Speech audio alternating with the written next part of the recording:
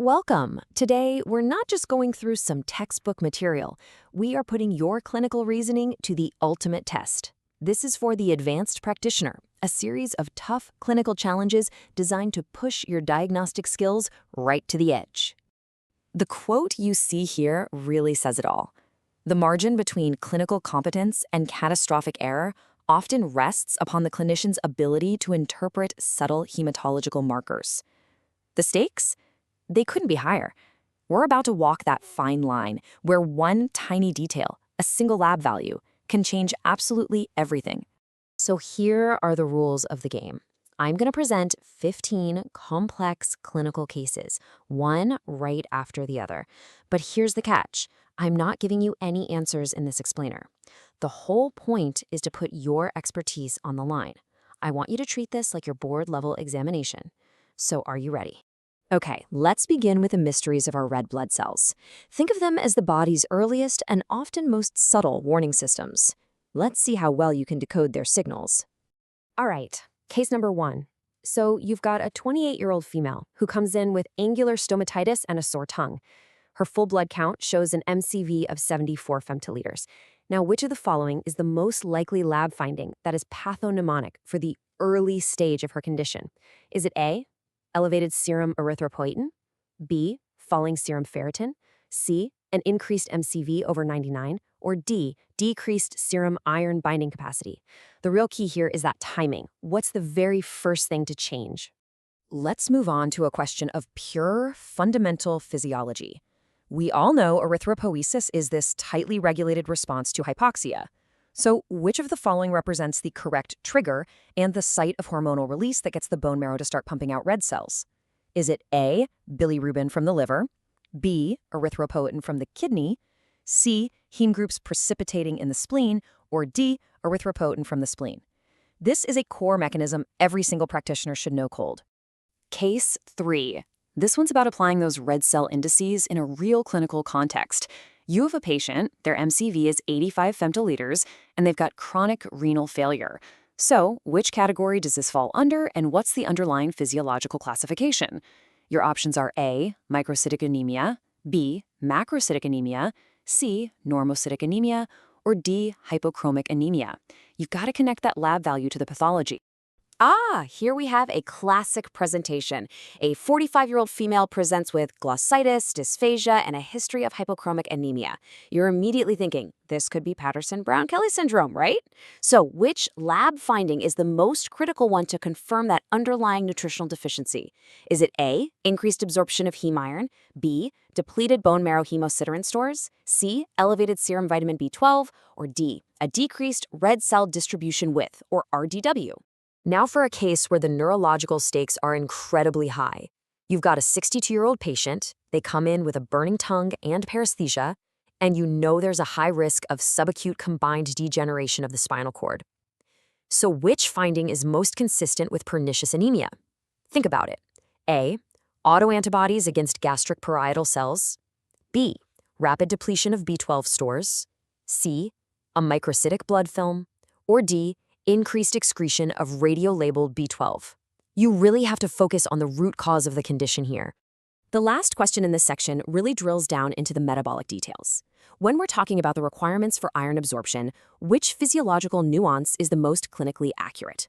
Is it A, that gastric acid converts ferrous to ferric iron, B, that vitamin C inhibits non-heme iron absorption, C, that gastric acid converts ferrous to ferrous iron, or D, that ferric sulfate is more efficiently absorbed? Okay, the clues in that first section were pretty subtle. Well, now, the stakes are getting a whole lot higher. We're shifting gears from chronic conditions and diagnostics to acute crises and malignancies. Welcome to Part 2, Crises and Malignancies. In this section, every single decision you make counts, and a misstep, well, it could be catastrophic. Case 7 presents a scenario where a totally routine decision becomes life or death. A patient of African heritage is here for an emergency extraction, and you notice hypercementosis. To avoid triggering a sickling crisis from acidosis, which one of these management steps is absolutely contraindicated? Is it A, paracetamol, B, high-dose aspirin, C, penicillin V, or D, relative analgesia with 40% oxygen? Which one of these could push them into a crisis? Staying with sickle cell, this question is all about procedural safety. So you're doing conscious sedation on a patient with either sickle cell trait or disease. What is the minimum required concentration of oxygen you need to prevent hypoxia from inducing a sickling event? Is that minimum A, 21%, B, 30%, C, 50%, or D, 70%? This is a critical safety parameter you absolutely must know. All right, back to the fundamentals. Which of the following describes both the inheritance pattern and the primary pathological mechanism of sickling disorders? Is it A, autosomal dominant, B, autosomal inheritance with an amino acid substitution, C, X-linked recessive, or D, idiopathic expansion? You've got to correctly identify both the inheritance and that core mechanism to get this one right. Now we're going to pivot to oncology with a key epidemiological question. Which malignancy accounts for a staggering 85% of all childhood leukemia cases and stands as the most common non-accidental cause of death in children?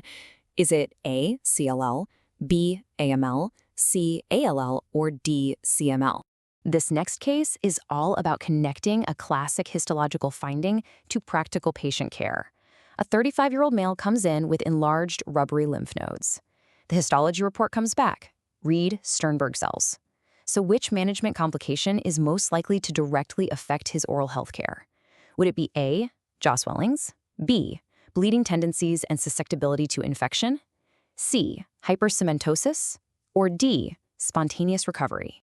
The final case in this section is a test of your differential diagnosis skills. When you're trying to differentiate between the two main chronic leukemias, which clinical feature is significantly more common in chronic lymphocytic leukemia, CLL, than it is in chronic myeloid leukemia, CML? Is it A, onset in a younger age group, B, presence of blast cells, C, lymph node enlargement, or D, absence of splenomegaly? And now we've arrived at the final section, rare and complex pathologies. This is it, the final test of the breadth and the depth of your clinical expertise. Case 13. This is a very specialized scenario involving hyperviscosity. A 70-year-old smoker has been diagnosed with Polycythemia rubra. Which dental anesthetic technique is specifically recommended to be avoided to prevent a thrombosis?